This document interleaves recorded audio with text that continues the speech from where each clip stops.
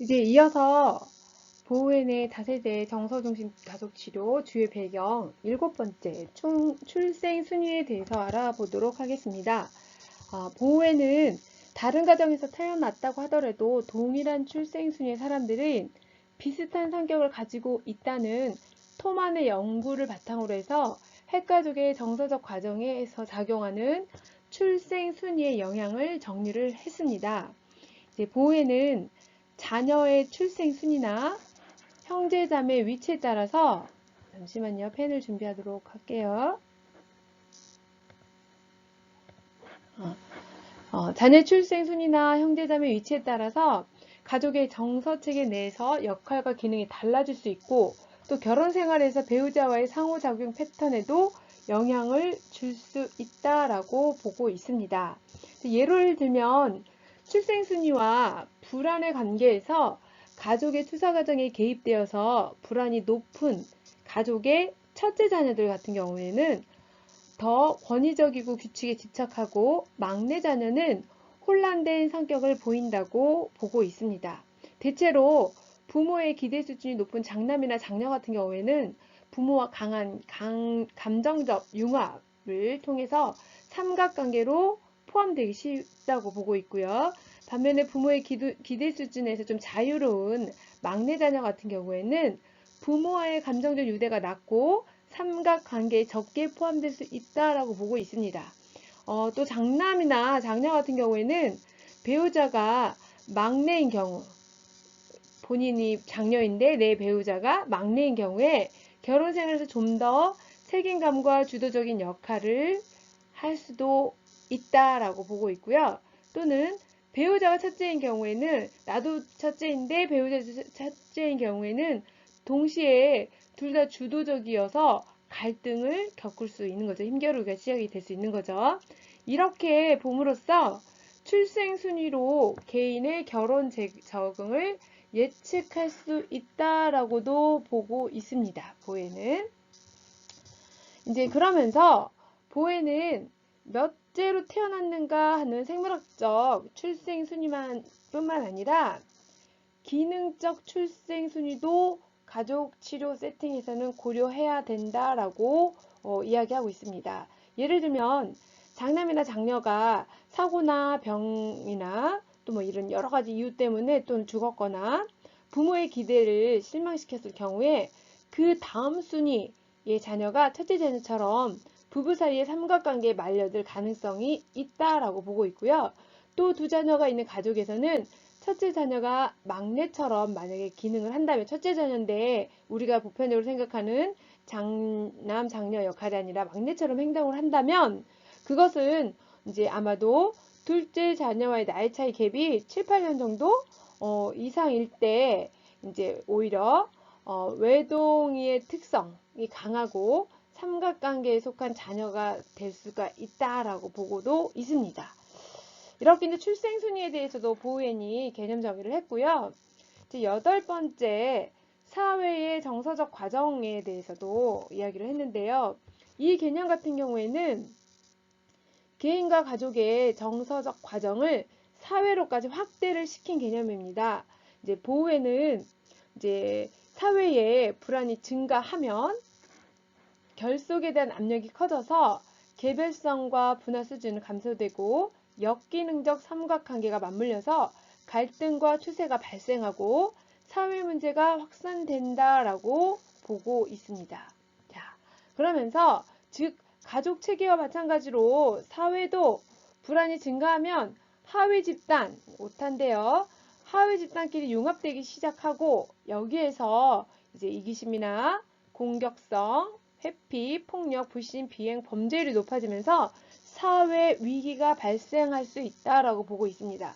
예를 들면 뭐 집단 이기주의라든가 획일주의라든가 또는 어떤 뭐 계층, 인종에 대한 편견, 차별 이런 것들을 통해서 불안 수준이 높고 분화 수준이 낮은 사회의 정서적 과정이 이제 발생을 할 수가 있다라고 이제 얘기를 하고 있고요. 반면에 사회가 성숙된 사회라고 한다면 집단 구성원들의 분화 수준도 높게 나타날 것이고 또 스트레스 상황에서도 조금 더 협동적이고 공동의 어떤 이익, 공동의 복리를 고려하면서 합리적으로 문제를 풀어갈 수 있을 것이다 라고까지 보고 있습니다. 이제 이러한 것들이 사회의 정서적 과정이라는 개념이라고 할 수가 있겠죠. 이제 여기까지 보웬이 얘기한 주요 개념들 8가지 종류를 봤는데요.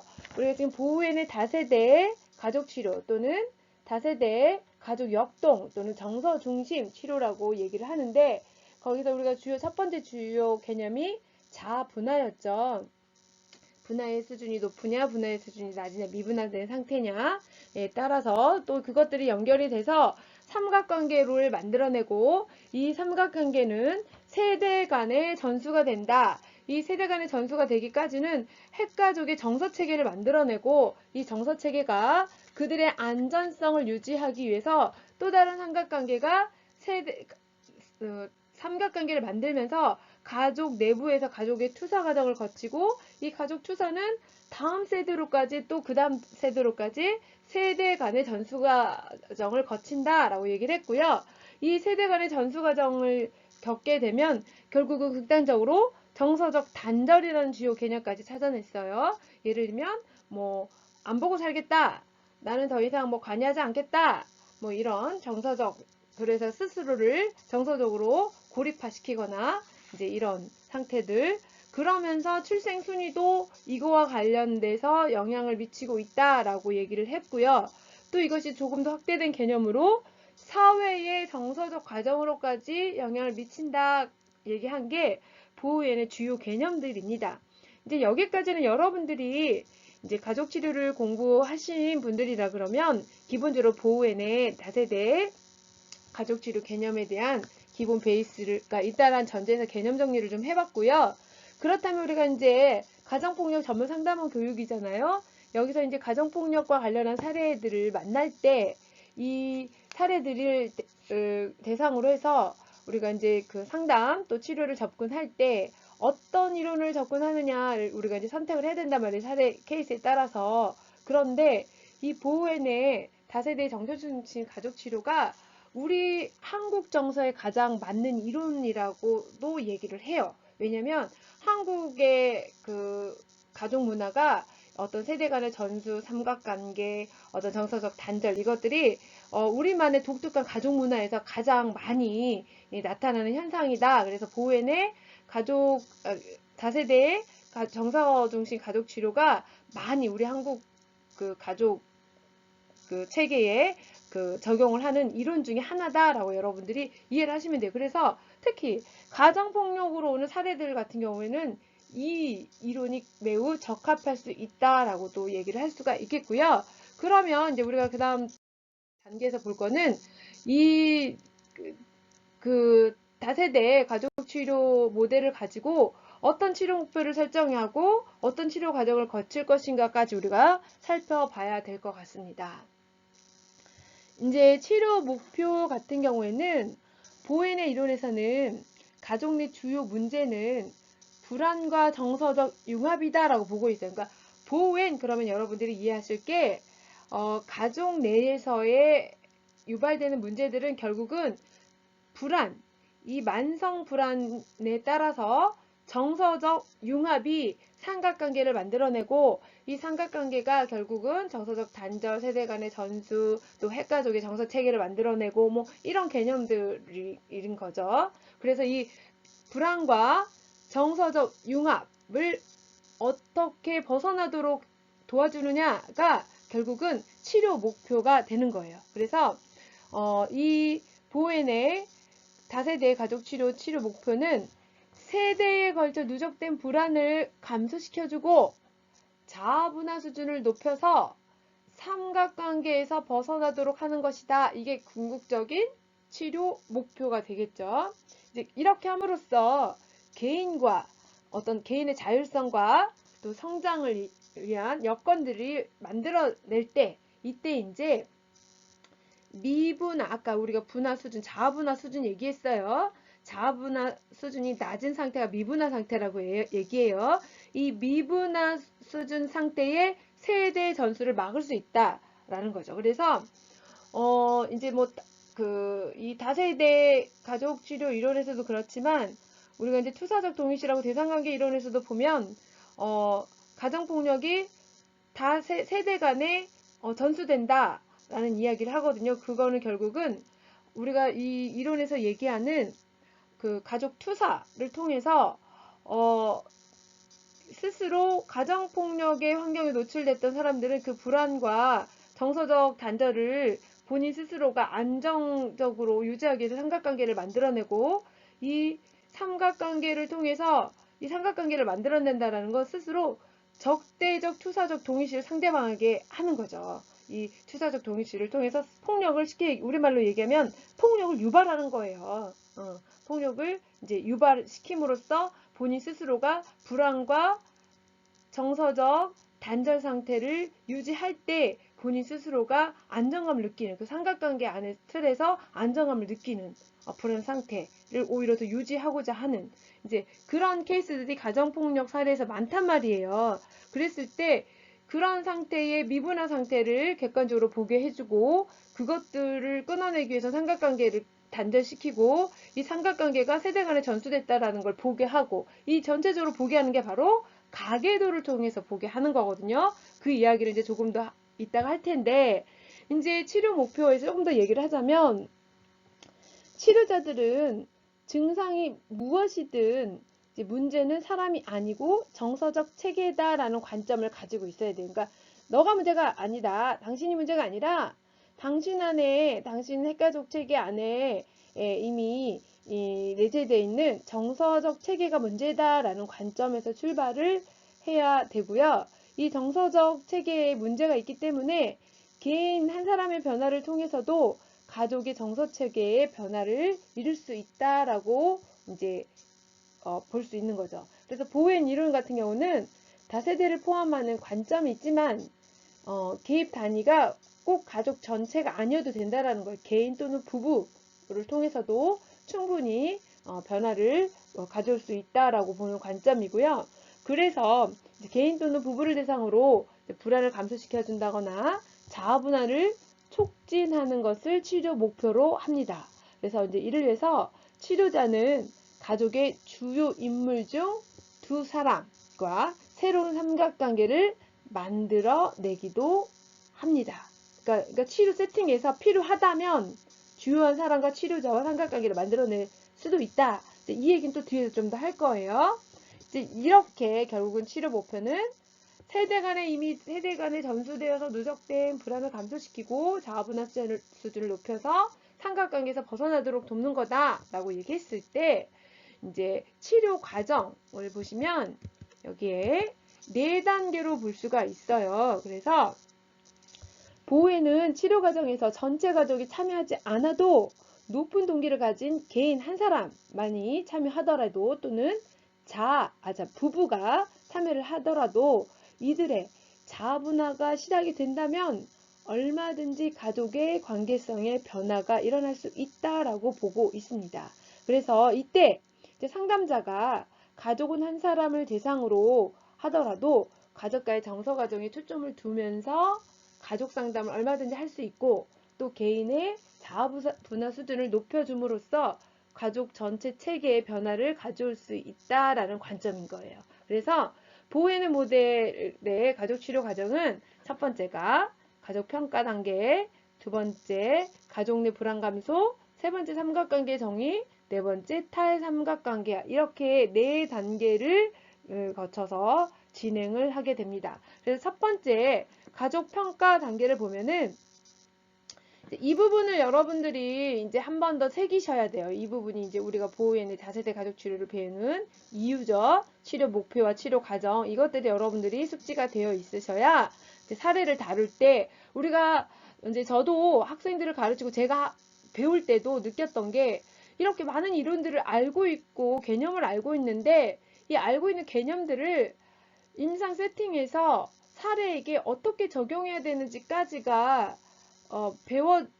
배우질 않았던 것 같아요. 그래서 저도 이제 현장에서 처음 일할 때 이론은 이론이고 현장은 현장인 거예요. 그래서 그 이론들을 어떻게 현장에서 사례에 적용하는가가 굉장히 저 나름대로 딜레마였어요. 그래서 나름대로 그것들을 어떤 사례 연구라든가 이런 이제 그 워크숍 같은 거를 찾아다니면서 배웠는데, 사실 거기 가도 또 결국은 기본적인 개념 정의에 대한 걸로 워크숍이 끝나기도 하고, 나중에 이제 사례 한두 케이스 보여주기도 하고, 아니면 제가 그때는 못 알아들었는지는 모르겠는데 그랬던 것 같아요. 그래서 제가 지금도 학생들에게 이런 가족치료, 가족상담 이론 강의를 하거나 뭐 사회복지 실천 강의를 할 때는 이 이론이 세팅에서 어떻게 적용되는지를 최대한 쉽게 현장성 있게 적용의 관점에서 얘기를 하려고 노력 중인데, 이제 오늘도 좀 그렇게 하기를 바라는데, 사실은 제가 주로 쓰는 이론은 아니에요. 이 보호앤의 다세대 가족 치료가.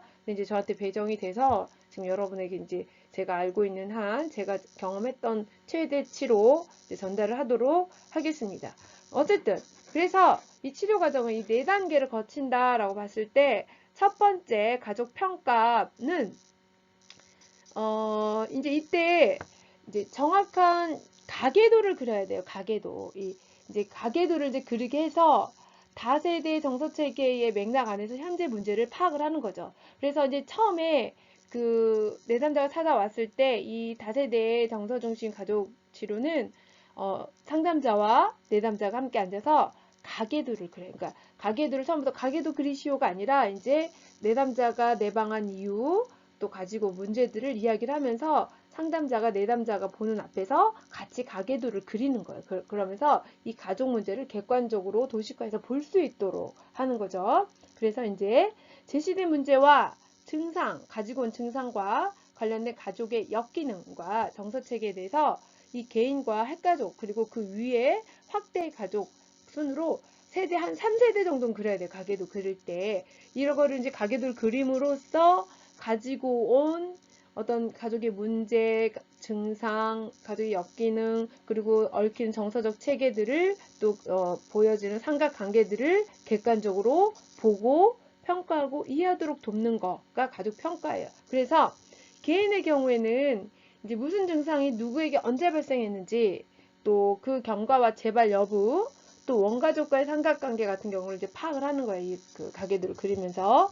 그리고 가족의 정서 기능이나 스트레스 사건 또는 시간적 관련이 어땠는지를 이제 쭉 상담자가 물어보면서 가계도를 그리는 거죠. 그래서 문제에 대한 가족원이 그 문제를 어떻게 인식하는가, 또 어떤 인식이 서로 간에 다른가, 이런 것까지도 이제 가계도를 그리면서 물어보는 거예요.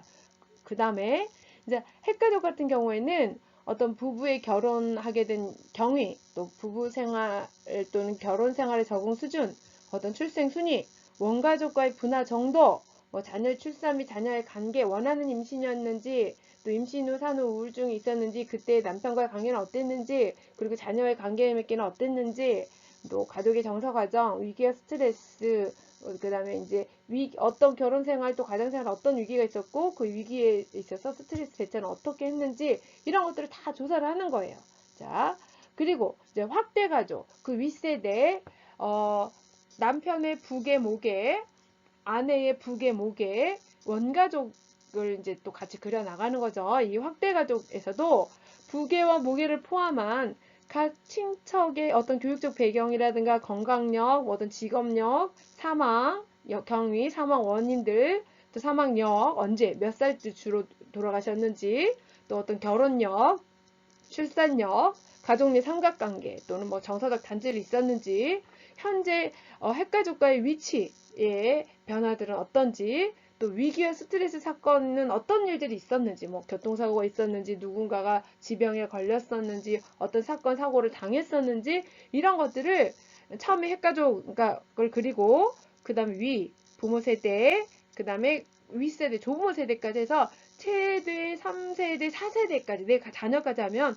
4세대까지를 그리는 거예요. 그래서 여기 보면 정리를 해보면 제시된 문제와 증상과 관련된 가족의 역기능, 정서체계에 대해서 개인과 핵가족의 순서대로 평가하고 이해한다. 그러니까 결국은 문제를 가지고 왔을 때 내담자가 남편이 저를 이렇게 때려서 더 이상 못 살겠어요. 그렇지만 뭐 2차 피해가 우려돼요. 또는 자녀 때문에 여전히 참고 살 수밖에 없어요. 그런데 이것들로부터 난 벗어나고 싶어요. 등등 막 이런 가족 폭력에 대한 호소를 가지고 올 거 아니에요? 이 제시된 문제. 그리고 그걸로 해서 본인들이 뭐가 힘든지 어떤 증상들도 얘기를 할 거고, 그걸로 해서 가족이 지금 어떤 정서적 불안을 겪고 있는지 어떤 역기능들을 얘기를 할 거 아니에요? 그렇게 이제 그 얘기들을 가계도를 통해서 평가를 하면서 핵가족, 또 윗세대 확대가족까지 순서로 평가하고 이해하는 것까지가 가족 평가예요. 여기서 여러분들이 핵심이 가계도를 그리는 이유는 본인이 가지고 온 증상과 가족 문제에 대해서 평가하고 이해하도록 돕는 거, 이 평가와 이해를 도식화해서 볼 수 있게 하는 거예요. 왜냐하면 이제 왜 도식화해서 평가하고 이해하도록 돕느냐? 결국은 치료 목표가 불안을 감소시키고 자아분화 수준을 높인다. 그럼 자아분화 수준을 나의 핵가족, 그 다음에 위의 원가족, 자아분화 수준을 알아야 될 거 아니에요? 그러면서 이제 치료 목표들의 2단계, 3단계, 4단계까지 가는 거죠. 그래서 가족 평가에 대해서 이해를 하셨으면, 두 번째, 가족 내 불안 감소인데요. 이제 이 두 번째 치료 과정은 이 가족 내 불안을 완화시켜주고 낮추는 거예요. 궁극적으로 결국은. 그래서 보호에는 불안이 정서적 융합을 가져오기 때문에, 그러니까 불안하기 때문에 그 불안을 감소하기 위해서 누군가랑 결탁한단 말이에요. 그게 정서적 융합이잖아요. 이 정서적 융합을 가져오므로 치료 시 불안을 감소시켜줘야 돼. 그러니까 치료 세팅에서부터 편안하고 온화하고 온정적인 분위기를 만들어 줌으로써 정서적 역기능을 줄여야 한다고 보호에는 믿는 거죠. 그래서 가족 체계에 대한 이해와 자아분할을 위해서는 차분하고 안정적인 분위기 조성이 중요하고 필요하다고 보았어요. 보호에는. 이제 그렇기 때문에 개인은 자신이 불안해하는 이유를 알아야 돼요. 내가 지금 이 불안이 어디로부터 왔는지 인식하고 불안에 잘 대처하는 것을 배워 나가야 돼요. 근데 이제 이 불안의 대처 방법이 누군가랑 융합되는 거죠. 정서적 융합. 그게 이제 삼각관계를 만들어내는 거죠. 자, 그걸 이제 배워야 하고, 이를 위해서 치료자의 역할은 객관성과 정서적 중립성을 유지하면서 전문적인 조언을 하는 코치 역할을 해요. 그래서 이 코치, 다세대 정서중심 가족치료에서 이 코치 역이 굉장히 중요하다라고 조금 이제 기억을 해 놓으시고요. 그래서 이제 정리를 하면 치료 시 불안이나 이제 이러한 것들을 이제 감소시켜주기 위해서는 이제 차분하고 안정적인 분위기 조성이 필요하다라고 이제 두 번째 단계. 이제 세 번째 단계는 이 가족 평가에서 우리가 가계도를 그렸다고 했어요. 이 가계도에서 불안과 정서 체계의 자아분화 수준들이 도식화해서 보여졌잖아요. 그걸 통해서 삼각관계를 발견을 하는 거예요. 그래서 보시면 이제 이 가족 내에서 세대에 걸쳐서 반복되는 삼각관계가 눈에 보일 거란 말이에요. 그것들을 파악하고 그 중에서 문제 증상과 관련된 핵심적 삼각관계 범위를 정의를 하는 거예요. 지금 이 삼각관계의 핵심된 주요 원인의 대상이 누구인지를 이 범위를 정하는 거예요. 그리고 이때 보호에는 핵가족을 아는 것만으로는 문제를 이해하거나 변화를 가져오는 데는 불충분하다고 보았어요. 그러니까 핵가족만 그려서는 안 된다고 보는 거죠. 그래서 원가족까지 나의 부계, 모계, 그러니까 남편의 부계, 모계, 아내의 부계, 모계, 또 위에 조부모 세대까지 해서 확대가족과 세대로 전수되는 삼각관계를 정확히 파악을 해야 정서적 융합의 과정을 도식을 통해서 볼 수가 있게 되는 거예요. 보아야 아까 여기서 얘기한 평가하고 이해해야 벗어날 수 있도록 돕는 거거든요. 그래서 이제 고행 같은 경우는 자아분할의 과정의 일부로서 확대가족의 모든 가족원들과의 관계성 발달과 교류를 중시했어요. 그러니까 보호에는 한 사람의 개인의 변화를 보기 위해서는 가족 체계 간의 어떤 관계성의 발달을 다 보는 거예요. 그것들이 굉장히 중요하다라고 보는 거죠. 이렇게 했을 때 폐쇄된 관계나 융합된 관계들을 이제 파악을 할 수가 있겠죠. 이 폐쇄된 관계나 융합된 관계를 개방적이고 또 그다음에 그 확대 가족 내에서 형성된 삼각관계를 단절시켜주고 그렇게 함으로써 현재 가족, 현재 핵가족에서의 또 다른 삼각관계를 근절, 예방할 수 있다라고 보는 거죠. 자, 그래서 이 삼각관계 정의를 다시 한번 정리해보면 삼각관계 파악하기, 또 핵심 삼각관계가 있는지 그 범위를 정의하기까지가 삼각관계 정의고요. 이제 네 번째는 결국 그러면 궁극적인 목적, 목표, 탈삼각관계화예요. 그래서 여기서는 뭐냐면 개인을 대상으로 할 때는 확대가족과의 신경증적인 정서과정, 어떤 정서관계, 즉 삼각관계를 해소하는 데 초점을 두고 진행을 하겠죠. 이때 상담자는 개인이 확대가족 원과의 삼각관계에서 함몰되어 있어서 정서적 단절이나 감정적 반응 또는 갈등을 하는 대신에 이에서 벗어나도록 적당한 거리를 유지하면서 친밀한 관계를 갖도록 이제 코치를 해줘야 돼요. 그러니까 벗어나도록. 이때 이를 위해서는 먼저 확대가족의 역사를 알아야겠죠. 히스토리를 알고 삼각관계 안에서의 내 모습, 그러니까 내담자의 모습을 이해하도록 돕기 위해서 여러 가지 정보 소집 과정을 갖고, 그러면서 그 내담자의 가족 내 문제가 가족의 정서 과정의 일부라는 것들도 알아차릴 수 있도록 돕고, 또 그 과정에서 그 클라이언트 자신도 일부에 기여하고 있다라는 걸 알게 해야 돼요. 그러니까 뭐 남편이 문제예요, 내 자식이 문제가 아니라 당신도 그런 정서 과정에 현재 일부 기여하고 있다라는 것들을 알게 하는 거예요. 그렇게 함으로써 조금 더 치료의 동기를 높여주는 거죠. 그리고 개인이 확대가족과의 관계에서 겪는 어떤 불안을 감소시키는, 그러니까 뭐 시댁과의 뭐 불안이라든가 어떤 친정과의 어떤 정서적 단절에 대한 불안이라든가 어쨌든 여러 이제 이유들이 있을 거예요. 그런 것들을 감소시켜주고 이제 가족원끼리 감정적 반응을 객관적으로 객관화할 수 있도록, 그리고 이성적인 자세로 대응할 수 있도록 방법들을 하나하나 코치해 나가는 거예요. 이렇게 하면서 이때 치료자는 개인에게 가족 내 삼각관계 그 역기능을 알려주는 거예요. 지금 당신의 가족 내에서 이런 삼각관계가 만들어지고 있다. 그래서 원가족과의 삼각관계에서 벗어나서 객관적으로 되기 위해서는 이제 그 지금 내담자 당신으로부터 변화가 시작될 것이다. 당신이 그 역할을 할 것이다. 라고 이야기를 해주는 거죠. 자, 그래서 이 보시면 삼각관계를 해소하는 데에 초점을 두는 게 이제 마지막 궁극적인 치료 목적이고, 가족 내 삼각관계와 그 역기능을 가르치고 가족 체계를 변화시켜주도록 돕는 게 탈삼각관계이다 라고 이제 얘기를 하는 거죠. 이렇게 네 단계가 치료 목표를 달성하기 위한 가족평가, 가족내 불안 감소, 삼각관계를 정의하고 탈삼각관계화까지가 이 치료 목표와 치료 과정이라고 볼 수가 있겠습니다.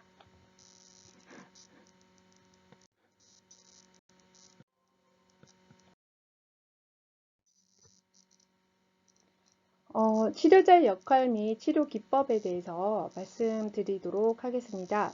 이제 보호앤의 다세대 정서중심 치료에서 치료자의 역할이 중요한데요. 치료자의 역할은 보호앤 같은 경우는 치료 목표가 가족원의 자아 분화와 불안 감소잖아요.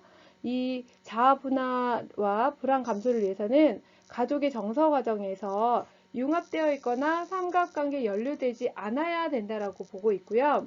결국 가족과의 관계에서 차분하고 또 객관적인 태도로 자율적인 위치를 취하는 게 치료자의 입장이 되어야 된다라고 이제 얘기를 하고 있어요. 보엔이 얘기하는 치료자의 역할은 이제 자아분화 수준이 내담자보다는 높아야 된다라는 건 필수겠죠. 그리고 이제 중립적인 자세를 취해야 된다.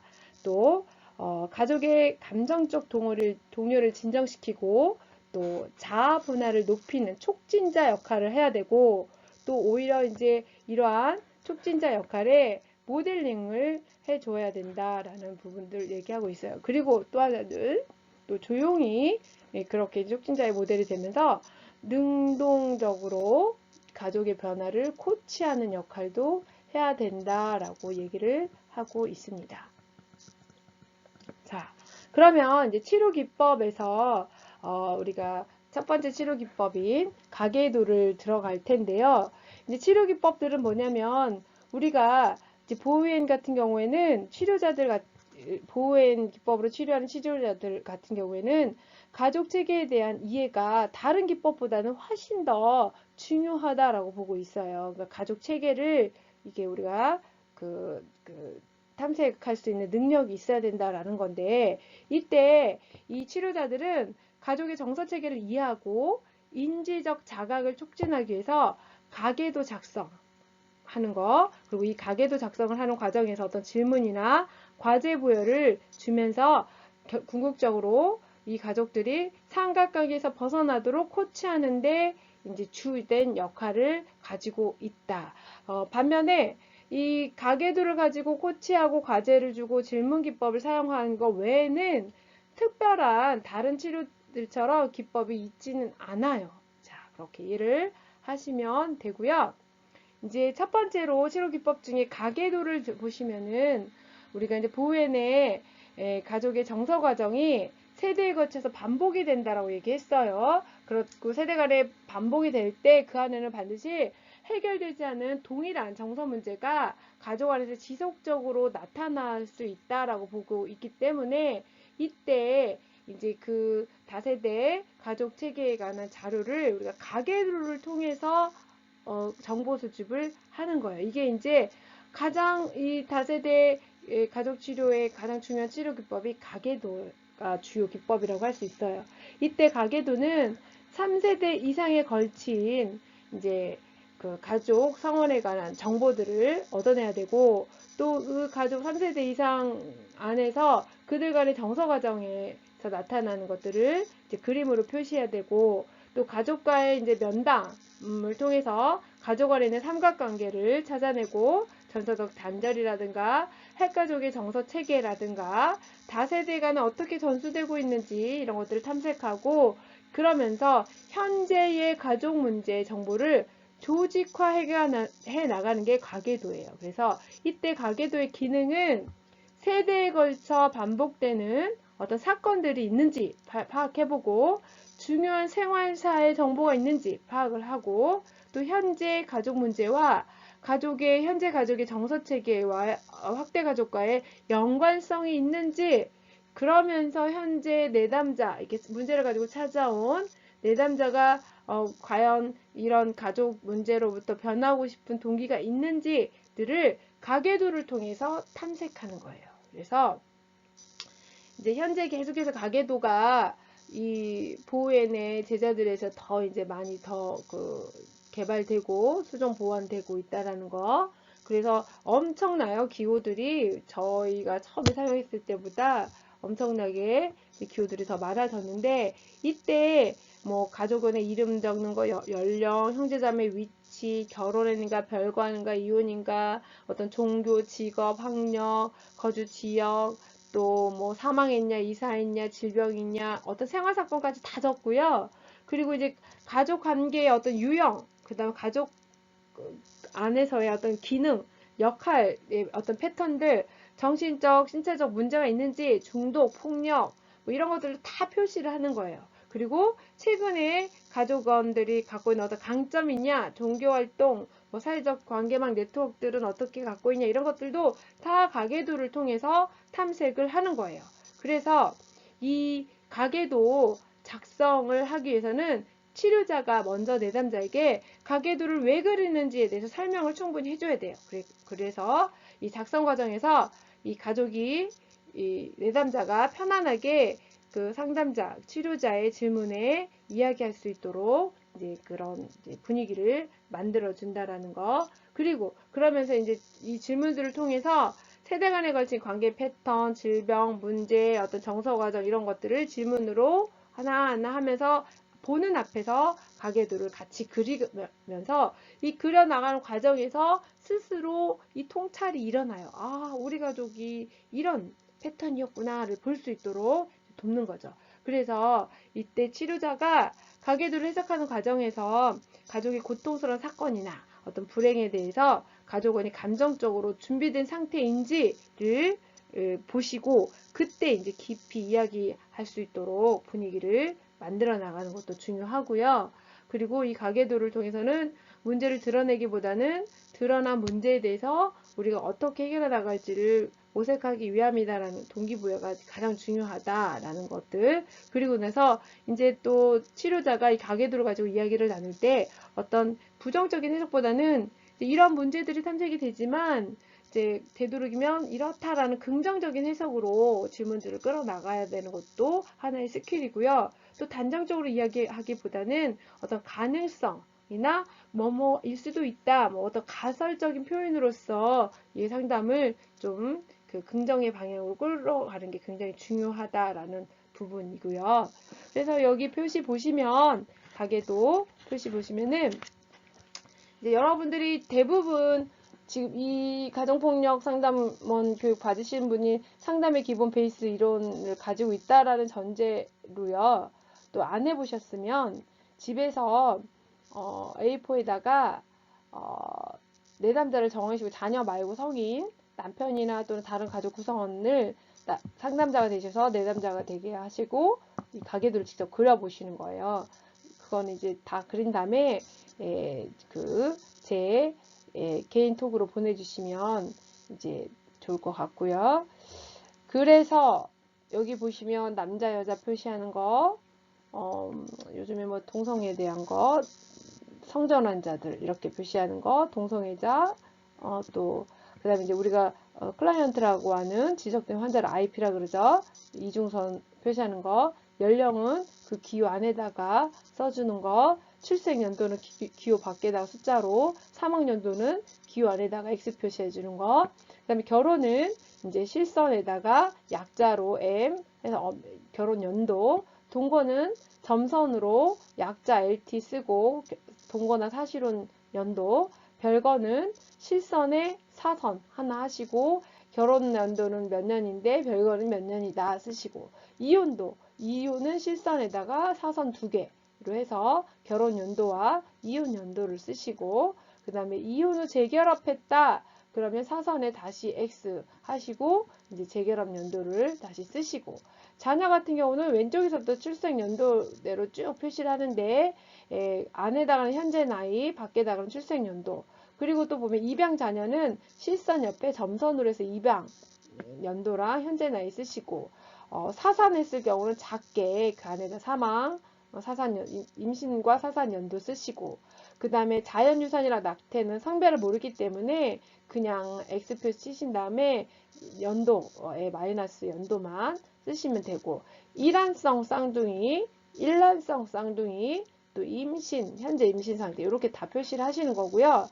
또 이제 알코올 남용 뭐 이런 경우, 또 추정, 또 남용에서 회복, 심각한 정신적, 신체적 문제, 또 거기에서 지금 현재 그거보다 더 뭐 알코올, 약물 남용, 정신적, 신체적 문제 있을 경우 이렇게 표시하는 거, 요런 것들, 친밀한 관계, 서운한 관계, 이 부분이 가장 중요한데 우리가 가족 이 체계 상담할 때는 친밀한 거는 이중선, 소원은 점선, 친밀의 적대는 나선에다가 이중선, 관계 어느 쪽에서 어느 방향으로 관계에 집중되는지 화살표, 융합은 겹선, 여러 겹선, 적대는 나선, 융합과 적대는 나선에다가 여러 겹선, 뭐 단절은 이렇게 실선에 2개 단절된 거, 이혼하고 좀 차별이죠. 신체적 학대는 어느 방향으로 나선인지, 화살표가 채워져 있는지, 정서적 학대는 화살표가 비어 있는지, 성적 학대, 돌봄, 이렇게 이제 이런 기호들을 다 아셔야 됩니다. 이제 참고로 이건 제가 드릴 테니까 참고해서 보시면 되고요.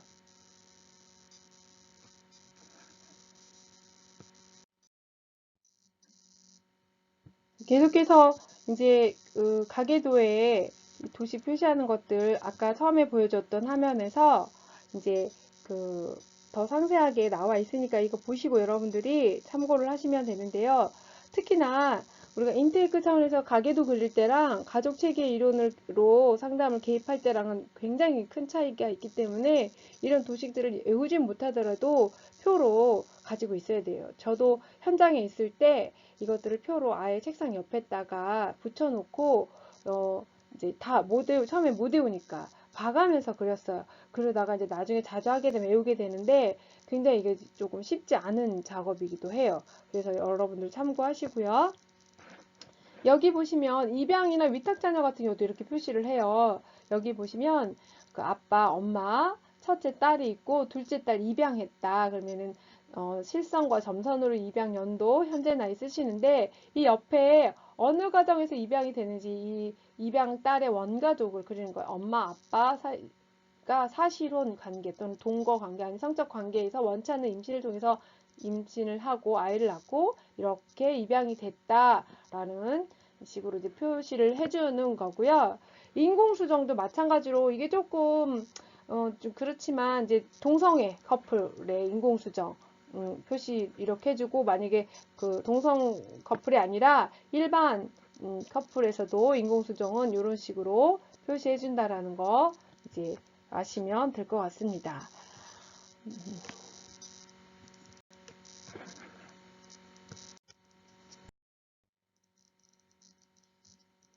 자, 이 부분도 아까 앞에 봤던 부분은 상세한 표시이기 때문에 여러분들이 이제 참고해서 보시면 될 것 같습니다. 여기에는 이제 특별히 영적 교류 상태, 보호 양육자일 때는 이제 이렇게 화살표, 이중 화살표로 표시한다는 거. 단절은 이제, 일방적으로 형제 간에 큰형이 작은형을 향해서, 작은형은 그럴 마음이 없는데, 이제 단절이다 그러면 이렇게 화살표에 단절된 선, 이중선, 그 다음에 둘이 단절됐었는데 회복됐다 그러면 이렇게 표시해주고, 또 이제 긍정적인 관계는 아까 이제 실선, 성적 학대, 정서 학대, 신체 학대 얘기했었고, 부정적 초점 대상일 때 이제 이렇게 한쪽 방향으로 둘의 이제 실선에서 아내가 남편을 향해서 부정적인 초점 대상일 때는 이렇게 화살표로 나선의 화살표에 채워진 화살표로 표시를 하시고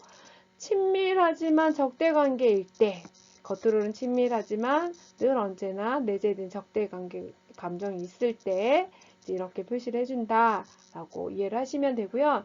여기 이제 특히 우리가 가정폭력 사례에서는 그 기호를 많이 사용할 것 같아요. 중독, 신체적, 정신적 질병 및 기타 문제에서 신체적, 심리적 질병이 있을 때 약물, 알코올 남용, 의심될 때 약물이나 알코올 남용이 의심될 때 또 나아가고 있을 때 뭐 흡연, 비만, 언어 문제, 이제 다문화 가정이 많기 때문에 뭐 이런 식으로 이런 부분들도 우리가 알고 숙지하고 계시면 될 것 같습니다.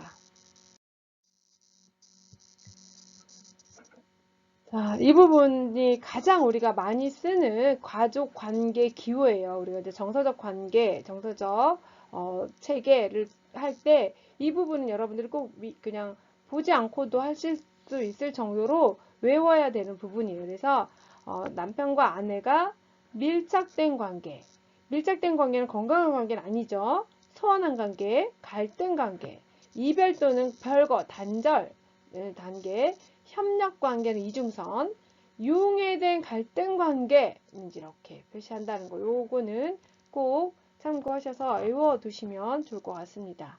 우리가 이 시간 끝나고 나면 이제 마지막으로 한 사례를 가지고 가계도를 직접 그리고 사례 이야기를 할 거예요. 그때 이제 여러분도 되시면 A4 놓고 우리가 직접 대면이었으면 짝을 지어서 연습하고 상담하고 내담자 역할을 하게 하는 워크샵으로 진행해야 되는데 그걸 못해서 여러분들이 꼭 오늘 이제 이 수업이 끝나면 가족원 중에 한 명과 함께 내담자와 상담자가 돼서 가계도를 그려보시기 바랍니다. 이 부분은 일단 사례 다룰 때 한번 이야기를 할 건데요. 이 부분도 이 표시들, 이 사례는 아니지만 우리가 이따가 사례를 가지고 가게도 여기도 보면은 1세대, 2세대, 3세대까지 그렸죠. 그래서 근데 이제 사실은 3세대이지만 이 두 분이 IP라고 했을 때 이 두 분의 확대가 좀 윗세대를 그렸어야 되는데 이 두 분과 이분의 자녀 관계들을 그렸기 때문에 이제 여기서의 삼각관계들, 여기도 벌써 삼각관계가 이중 삼각관계가 있잖아요. 이 부분 이따가 사례 다룰 때 이야기하도록 하겠습니다.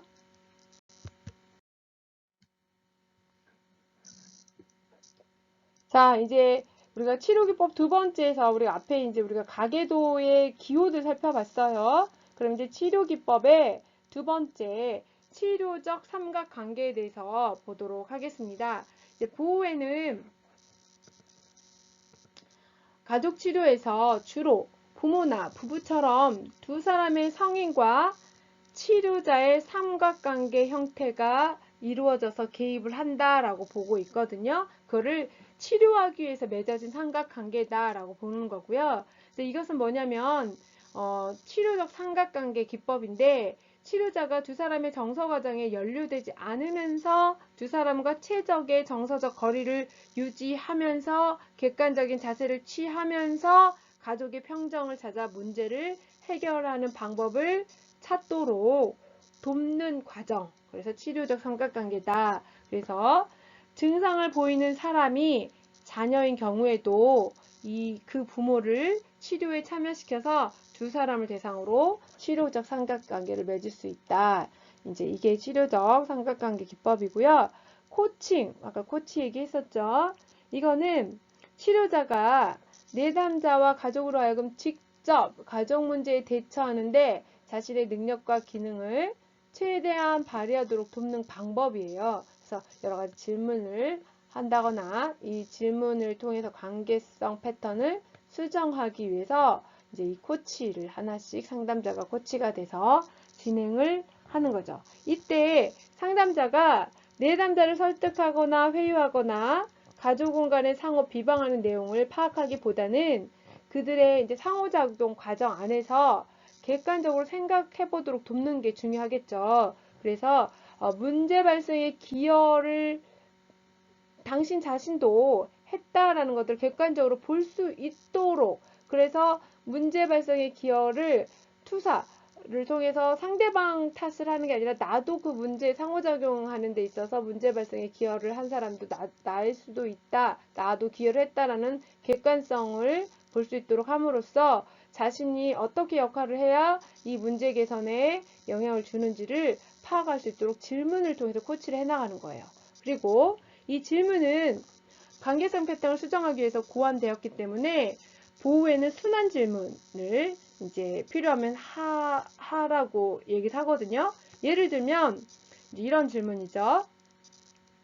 당신이 남편에게 어떻게 했을 때 당신이 그렇게 화를 내는지 생각해 보았나요? 라고 하고 그 다음으로는 당신의 부모나 친척 중에서 당신과 비슷한 행동을 하는 사람이 누구였나요? 라고 질문함으로써 세대 간의 정서적 과정의 전수를 살펴보도록 하는 거예요. 그래서 이제 아까 첫 번째 질문에 당신이 남편에게 어떻게 했을 때 남편이 그렇게 화를 내는지 생각해 보았나요? 이게 바로 우리가 그 투사적 동의시라는 기법 저기 있잖아요. 그 방어기제에서 투사적 동의시는 뭐냐면 이 질문에서처럼 유발하는 거예요. 그러니까 내가 세대 정서적 융합이 되어 있는 가족 체계 내에서 삼각관계 안에서 참여했던 내가 남편을 만났을 때 남편도 똑같은 삼각관계를 통해서 만성불안의 안정성을 유지하기 위해서 남편을 끌어들이기 위해서 수사적 동의시의 기법들을 자기도 모르게 그 방어기제로 쓴단 말이에요. 그러니까 예를 들면 우리가 옛날 영화 제목에서 구타 유발자처럼 당신이 남편에게 어떻게 했을 때 남편이 그렇게 화를 냈는지 생각해 보았나요? 그러니까 화를 내도록 내가 유발한다라는 거예요. 당신이 어떻게 했을 때 남편이 화냈는지 생각해 보았는가? 이 질문을 통해서 자기 통찰을 하도록 하는 거예요. 그렇다면 당신의 가족 안에서 부모나 친척 중에서도 당신처럼 비슷한 행동을 하는 사람이 있는가? 라는 질문을 통해서 세대 전수를 탐색하도록 질문을 하는 거예요. 이런 것들이 이제 코칭하는 과정 안에서 코치의 역할이겠죠. 이때 보호인 치료 모델 같은 경우는 다른 치료자들 같은 경우 이제 뭐 때때로 도전이나 직면, 설명을 하기 위해서 이제 뭐 과제를 이제 부여를 하죠. 그러니까 결국은 어떤 치료 모델을 쓰더라도 직면 그리고 해결까지가 우리 상담의 궁극적인 목표란 말이에요. 그러면 이제 이 보호해낸 모델에서도 결국은 이제 도전시키고 직면하고 설명할 필요가 있단 말이에요. 이때 이 기법에서는 이제 과제를 준다라는 거예요. 그래서 예를 들면 이제 과제의 대부분은 사람들이 삼각관계에서 벗어나 원가족 및 핵가족과 잘 지내도록 이제 하기 위해서 과제를 숙제를 해주는 거예요. 예를 들면 그 남편이 시댁하고의 정서적 단절, 관계 단절이 됐어요. 그러면 아내가 이제 가계도 저기 삼각관계 안에서 남편의 단절을 이제 어떻게 도울 것인가 이제 과제를 주면 남편으로 하여금 이번 주말에 집을 가게 하거나 전화를 걸게 하거나 또 미해결된 문제를 해결하기 위해서 편지를 써보게 한다거나 이런 식으로 숙제를 내줘서 코치를 하는 거예요. 그래서 이때 코치의 목표는 이제 자신에게 초점을 맞춰서 본인이 가족 구성원 안에서 내가 어떻게 좀 더 기능적인 역할을 할 것인지를 배워나가도록 코치를 해나가는 거죠. 이제 네 번째, 나 입장 취하기인데요. 나 입장 취하기는 I 포지션이라고 해서 결국은 그거랑 비슷해요. I 메시지 기법. 이제 그래서 다른 사람이 무엇을 하는가를 비판하거나 지적하는 대신에 내가 무엇을 생각하고 느끼는지를 말하게 하는 거예요. 그렇게 해서 자기의 생각과 감정을 표현하는 것들을 연습시키는 거죠. 그래서 예를 들면 당신은 왜 그렇게 어지르고 다녀? 라는 U 메시지였다면 I 메시지, 나 기법으로 나 입장에서 얘기를 한다면 당신이 옷을 벗어놓은 옷을 또는 보고 난 책을 그때그때 정리했으면 좋겠어요 라고 내 입장에서 얘기를 하는 거예요. 그리고 또는 당신 때문에 아이가 엉망이 됐어 라고 이제 유메시지로 말하는 게 아니라 나는 당신이 아이를 조금 더 엄격하게 지도해줬으면 좋겠어요 라고 내 입장에서 얘기를 하는 거죠. 이런 것들을 연습시키는 거예요. 그래서 이 기법은 상대방에게 책임을 추궁하는 것이 아니라 자신의 현재 의견과 감정 상태를 표현하게 하는 것. 그래서 악순환적인 대응적인 대화에서 벗어나도록 돕는 것. 그렇게 하기 위해서 이런 나 입장 취하기 기법을 하는 거죠. 그래서 이 치료자는 내담자에게 나 입장 취하기 하도록 이것들 연습하고 직접 실생활에서 적용할 수 있도록 격려를 하고 또 치료 과정에서도 치료자가 내담자에게 직접 샘플링, 모델링이 돼서 그렇게 나 입장의 질문 기법들로 이야기하는 것들을 보여주는 거죠. 자, 이게 나 입장 취하기예요.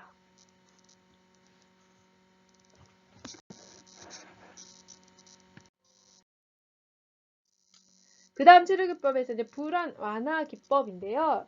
이 불안 완화 기법은 이제 불안을 완화 말 그대로 시켜주고 감정을 차분히 가라앉았을 때 가족원 간에 이성적으로 얘기할 수 있다라는 부분인데요. 이때 이것을 위한 방법으로는 감정보다 생각에 대한 질문을 더 많이 하기, 또 경청하기 또는 관찰하기 이 부분들을 이제 진행을 하는 거예요. 그래서 부부간 상호작용을 최소화시키고 한 사람씩 차례로 내담자에게 이야기하게 하고 다른 사람을 말을 경청하고 관찰하는 방법 또는 비슷한 문제를 가진 다른 가족의 이야기를 해주거나 또 비디오 테이프를 보여주거나 영화 등을 보여줌으로써 그 안에 나타난 가족 속에서 자신의 역할 기능을 배우도록 해주는 거예요. 즉 치환 기법이죠. 이제 이건 좀 다른 거지만 이제 생각에 대한 질문 더 많이 하기, 경청하기, 관찰하기, 뭐 이제 이렇게 얘기를 했는데 여기서 얘기한 것처럼 차분한 분위기, 그래서 한 사람씩 돌아가면서 이야기하기. 그래서 우리가 이제 다른 치료 기법에서 보면 이제 임하고 부부 치료 기법에서 반영하기, 그러니까 우리가 반영하기, 인정하기, 그 다음에 공감해주기라는 과정이 있어요. 우리가 이 부분만 늘 염두에 두고 대화를 한다 그러면 그 어떤 누구와도 갈등을 유발하지 않고 충분히 관계를 개선해 갈 수 있다라는 거죠. 그런데 우리가 이게 이제 대화 관계예요. 대화 과정인데 우리가 반영이라는 건 뭐냐면 내가 당신의 이야기를 충분히 듣고 있어요. 내가 당신의 이야기를 옳게 들었는지 당신의 이야기를 내가 옳게 들었나요? 라고 반영해 주는 거예요. 말 그대로 거울이 되어 주는 거예요. 미러링 해 주는 거예요. 예를 들면 한 사람씩 말하는 사람, 듣는 사람을 정했으면 이때 말하는 사람이 얘기하는 동안 듣는 사람은 아무런 질문도 또 이야기를 끊고 이런 걸 안 하는 거예요. 그래서 이야기를 다 하고 나면 이 듣는 사람이 이야기하는 사람의 이야기를 그대로 따라해 주는 거야. 그러니까 당신의 말은 오늘 이러이러했고 이러이러했고 이래서 지금 기분이 이렇다는 거죠. 제가 옳게 이해했나요? 라고 반영해 주는 거예요. 그러면 이 남편이 아니 그렇지 않고 내 말은 이렇고 이렇고 이렇다는 거예요. 아, 당신의 말은 이렇고 이렇고 이렇다는 거군요. 제가 맞게 들었나요? 예, 맞아요. 그렇게 이제 반영을 해주는 거예요. 그러고 나서 이제 자기가 하고 싶은 얘기, 아, 당신의 이야기를 듣고 보니 당신이 오늘 왜 이렇게 피곤하는지 충분히 알겠어요 하고 인정해 주는 거예요. 인정. 그래서 우리가 경청 얘기했는데 우리가 왜 진정한 경청은 뭐냐면 이야기를 충분히 들어주는 거잖아요. 충분히 듣는다는 거는 내가 하고 싶은 이야기를 생각하지 않고 염두에 두지 않고 상대방이 이야기를 있는 그대로 상대방이 하고 싶은 이야기 다 끝날 때까지 들어주는 거예요. 그게 이제 공감인데 경청, 공감은 같이 가는 건데 그럼 공감은 뭐냐? 우리가 정서적 공감은 잘해요. 아, 너 슬펐겠다. 너 힘들었겠다. 까진데요. 진짜 엠파시, 오리지널 공감은 정서적 공감과 보이지 않네요. 잠깐만요. 정서적 공감과 인지적 공감이 같이 가야 100% 내가 공감받았다라고 생각을 한다고 합니다. 정서적 공감이 2라면 인지가 8이에요. 근데 우린 대부분 정서적 공감의 흉내만 내고 있는 거야. 아, 네가 힘들었겠구나, 슬펐겠구나. 근데 인지적 공감이라는 건 이 사람이 왜 슬펐는지에 대해서 인지적 공감까지 정서적 공감 2대 8, 이 수준을 우리가 다 해줬을 때 상대방이 아, 내가 좀 충분한 공감받고 있어 라고 느낀다고 합니다. 그래서 경청과 공감은 같이 가는데 근데 우리가 왜 경청을 잘 못하느냐, 마치 이야기를 들을 때 그 이야기에서 내가 반박하거나 동의하거나 또는 동조하거나 또는 조언해야 된다라는 어떤 긴장감 또는 그런 마음들이 우리들에게 있는 거예요. 그러다 보니까 충분히 다 못 들어요. 그래서 말을 끊거나 껴들거나 이런단 말이에요. 그럼 말하는 사람 말하다가도 자기 말을 충분히 다 못했기 때문에 이야기를 철회시키거나 중단해버리는 거거든요. 그런데 특히나 또 우리가 왜 충분히 못 듣느냐면 특히 이제 부부 사이에 또 부모 자녀 사이에는 왜 충분히 못 듣냐면 내가 마치 이 사람의 얘기를 다 들으면 이 사람의 뜻에 내가 동의하고 동조해줘야 될 것 같고 또는 동의를 해준다라고 이 상대방이 느끼는 거에 싫은 거예요. 그래서 빨리 논박하고 반박하고 대꾸하고 이야기를 끊는 거죠. 그래서 이제 우리가 충분한 경청이 이루어지지 않는데 충분한 경청이라는 거는 내가 당신의 이야기를 그러니까 다 들어주는 거예요. 그냥 이 사람이 기분이 어땠는지 무슨 일이 있었는지 나에게 하고 싶은 얘기가 뭔지 그냥 듣는 거예요. 그냥 듣고 인정한다라는 것도 내가 동의나 동조 그다음에 뭔가를 해줘야 된다는 게 아니라 그냥 아, 당신의 이야기를 듣고 보니 당신이 왜 화가 났는지 당신이 지금 왜 기분이 좋은지 알겠네요 까지만이 인정이지 당신이 기분 좋은 거를 내가 동의하거나 동조하거나 당신의 의견을 내가 동의하거나 동조하거나까지가 인정이 아니라는 거예요. 그리고 이 반영, 인정, 공감이 충분히 됐다는 거는 어떤 조건이 있어야 되냐면 안전성. 우리가 대화를 나눈다라는 건요. 여기서 보호에는 제가 지금 다른 이론을 가져다 좀 얘기를 하고 있긴 한데 보호에는 감정을 차분히 가라앉히고 라는 얘기 계속 하고 있어요. 안정적인 분위기, 차분한 분위기 얘기하고 있는데 이게 바로 우리가 서로 상호작용을 하다라는 건 뭐냐면 안전성이 확보됐을 때 지금 내가 어떤 이야기를 하더라도 상대방은 내 얘기를 들어준다, 반영해준다 라는 안전성이 확보됐을 때 우리가 본인이 갖고 있는 어떤 감정들이 차분해지고 침착해지고 어떤 저항들이 처리되는 거거든요. 근데 안정성만 있어도 되느냐? 우리가 이제 그래서 연습해야 되는 게 대화 도구예요. 대화 도구. 근데 우리 대한민국 사람들이 이 대화 도구 훈련이 많이 안 된 거예요. 그러니까 우리가 이 지금 보면은 다세대 대화 도구인데 대구를 써. 다세대 그 정서중심 치료에서도 이 대화 도구가 안 되니까 융해되거나 정서적 어떤 결합, 융해, 융합, 밀착, 어떤 저항, 적대, 단절 이제 이런 것들이 이루어지는 거예요. 그래서 요거 좀 다른 얘기지만 이렇게 우리가 조금 더 대입을 해서 생각을 해볼 수가 있을 것 같고요. 이 부분은 여러분들도 꼭 기억을 해놓으세요. 우리가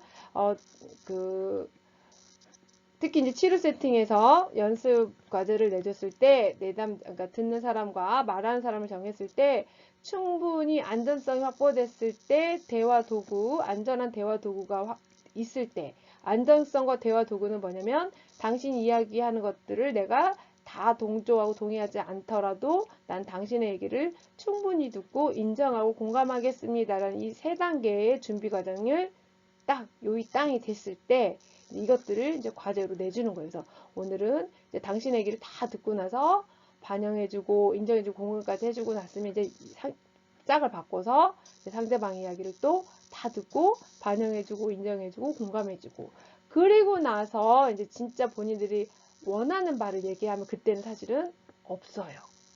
왜냐면 내가 하고 싶은 얘기 다 했기 때문에 원하는 바가 없어요. 왜냐면 내가 하고 싶은 얘기 다 함으로써 상대방이 들어준 게 사실은 내가 원하는 바였거든요. 그 문제를 해결하거나 나에게 뭘 해주거나 이게 아니란 말이에요. 자, 이 불안 완화 기법하고 조금 적용해서 얘기를 해봤고요. 관계성 실험이라고 이제 마지막 치료 기법에서 있는데 이거는 뭐냐면 이 중요한 삼각관계 변화를 일으키기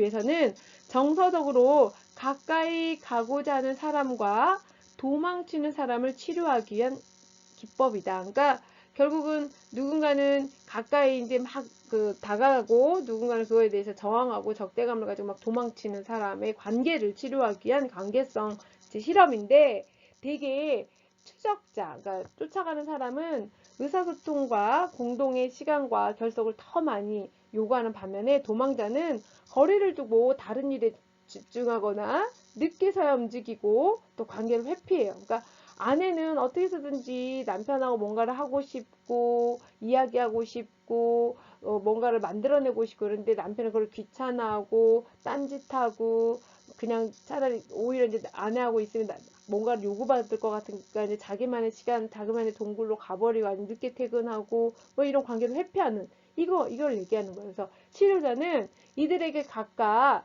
추적자와 도망자로 이름을 붙여서 추적자에게는 도망자를 결코 쫓아가지 말아라 하고 당신의 삶에서 그 사람 말고 또 무엇이 있나요? 라고 질문을 하는 거예요. 그래서 그 결과 정서적으로 가까워지기를 추구하는 사람이 뒤쫓는 것을 중단하는 거예요. 그러니까 이제 그만 쫓아가라. 그래서 관계 압박에서 벗어나 자신과 다른 사람과의 관계에서 무슨 일이 일어나는 거를 실험해 보는 거예요. 그러니까 실험이라는 건 뭐냐면 이제 남편한테 어떻게 해서든지 관계에 있어서 막 집중하고 쫓아갔던 것들을 멈춰봐라. 멈췄더니 어떤 일이 일어났는가를 보라는 거예요. 그때부터 변화가 일어나는 거거든요. 이때 도망자는 상대방의 요구를 회피하거나 도망가지 않고 자신의 생각과 감정을 표현하는 방법을 실험해 보는 거죠. 그래서 이제 도망가지 말고 본인이 가지고 있는 왜 내가 당신이 요구하는 것들에 대해서 반응하지 않은지에 대해서 이제 가지고 있는 생각이나 감정을 이야기하도록 하는 거죠. 그랬을 때 어떤 변화가 일어나는지를 실험하는 거예요. 그래서 이렇게 함으로써 결국 두 사람의 관계 변화를 위한 방법을 발견을 하고 실제로 연습하고 과제하면서 이제 이렇게 관계성 실험을 해 나가는 거죠. 제가 이제 여기까지 치료자의 역할과 치료 기법인데요. 제가 주로 사용하는 기법들은 이제 이 보우엔의 다세대 가족 치료 기법은 아니에요. 근데 아예 안 쓰진 않아요. 왜냐면 우리가 여러분도 상담을 하시는 분은 아시겠지만 주로 쓰는 이론이 있고 개인 모델이 있긴 하지만 사실은 통합해서 쓸 수밖에 없어요. 제가 지금도 반영, 인정, 공감 이거는 우리가 그 이마고 부부관계 치료에서 이야기하는 이제 그 기법이고요. 그리고 이마고 기법의 모토가 되는 이론은 대상관계 이론이에요. 또 대상관계 이론의 또 기본 베이스는 정신분석 역동에서 가지고 온 이제 대상관계 이론이죠. 그러면 여기서도 우리가 보우엔도 사실은 정신분석을 공부하는 사람이었어요. 정신분석을 공부하다가 정신분석은 개인 치료에 집중한다면 사실은 개인 치료를 하기 위해서는 개인을 둘러싼 가족 체계의 변화를 볼 수밖에 없다를 발견했고, 이 가족 체계 변화 안에서는 만성 불안이 있었고, 이 만성 불안 안에서는 불안한 정서 체계의 세대 간의 전수가 있었고, 이런 것들을 이제 발견해 나간 거예요. 그러니까 결국은 이 모델의 기본 베이스들은 정신역동에서 왔을 수밖에 없다라는 거고요. 이제 저도 그래서 세팅에서 이 가계도를 그리고 다세대 세대 전수라든가 투사라든가 정서적 단절이라든가 이런 기법들은 다 혼합해서 통합으로 쓰고 있기는 합니다. 그러나 이 기법만 오리지널해서 주 기법으로 제가 쓰지는 않아요. 그래서 제가 여러분들한테 완벽하게 이 기법으로 개입하는 것들을 다 설명할 수는 없지만 이제 여러분도 현장에 가시면 그 기법만 가지고 할 수가 없어요. 저도 지금 주로 쓰는 기법들이 뭐 해결 중심이나 이야기 치료나 대상 관계를 하지만 뭐 그리고 이제 제가 이제 연구를 해서 이야기 치료로만 해야지 하더라도 사실은 하다 보면 이제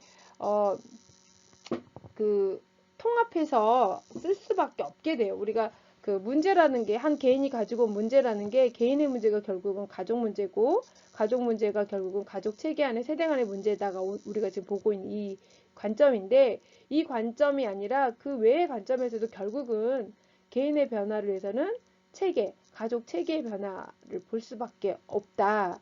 그러기 위해서는 한 이론 가지고만 그 개인의 문제를 해결할 수가 없어요. 그래서 저는 이제 개인적으로 뭐 이야기 치료도 계속 트레이닝을 받고 있고 해결 중심은 이제 그때그때 이제 사회복지 현장에서 단기 가족 치료 모델로서 이제 적용을 하기도 하고 그러나 제가 주로 이제 그 부모 대상으로 또는 부부 대상으로 했을 때는 대상 관계 모델을 많이 적용을 하기도 합니다. 그러나 우리가 이제 이 가족 폭력에서는 이 다세대 가족 치료 모델이 유용하다라는 부분에서 우리가 알고 계시면서 얼마든지 이것들을 적용할 수가 있을 것 같고요. 여기까지 하시고 쉬셨다가 실사례에서 가계대로 어떻게 사례를 풀어가는지 한 사례를 가지고 이야기를 하고 오늘 강의를 다 마무리하도록 하겠습니다. 자, 수고하셨습니다.